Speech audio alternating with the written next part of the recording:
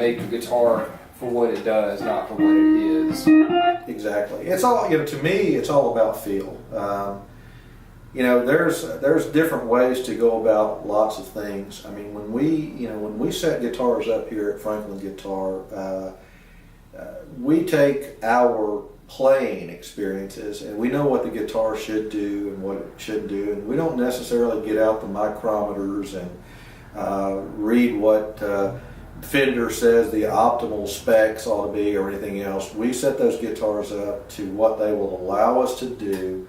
Then we play them and we love on them and we feel them and we go, okay, we can get this better, or this is as good as she gets right here, and we'll push the envelope to as far as playability. But it's not something that I think that you can, get on a forum and read what specs ought to be and get your measurement tools out, and that doesn't necessarily, in my mind, make for a great playing guitar. Right.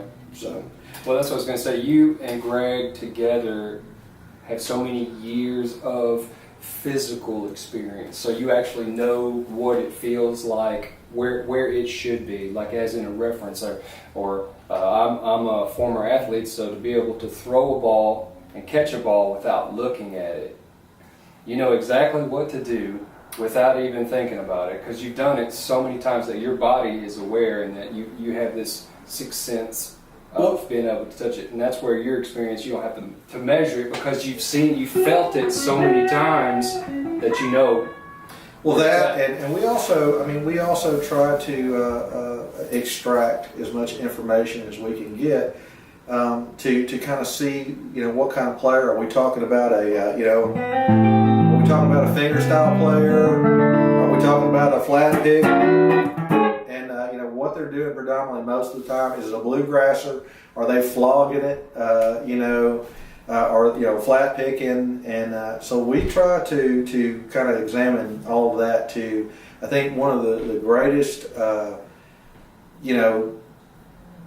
things that maybe are a little bit misunderstood would be the best way for me to put it about guitar setups is people's understanding of what a good setup is. In order to have a good setup, you have to know, firstly, what it is that you want the guitar to do. What is the guitar doing that you like?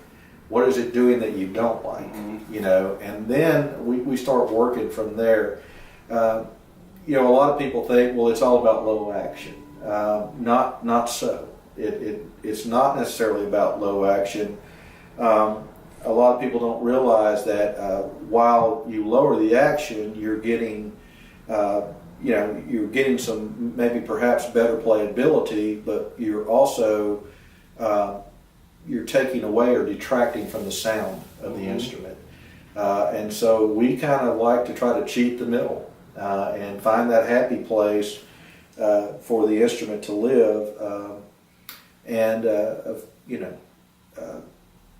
A lot of times, unbeknownst to people, and it's only because we've had this conversation, they don't know, but a lot of times it's something as simple as a string gauge, or maybe even a different brand of strings. How they're wound on the post, how many wraps are there. There's so many factors that is the fret spacing correct? Why is my guitar playing out of tune? Well, your guitar's playing out of tune because the frets are not. It's a manufacturing issue. Yeah. Or the string angle, or the break angle. Yeah. I mean, there's so many different factors, and we try to identify all that. And temperature, humidity. I mean, it's been a bad year for Gibson acoustics in Middle Tennessee. We could do a whole other video on this. We've had a lot of humidity issues, during the winter this year. But anyway, that's kind of some of the things that we try to educate people about and try to give them an understanding.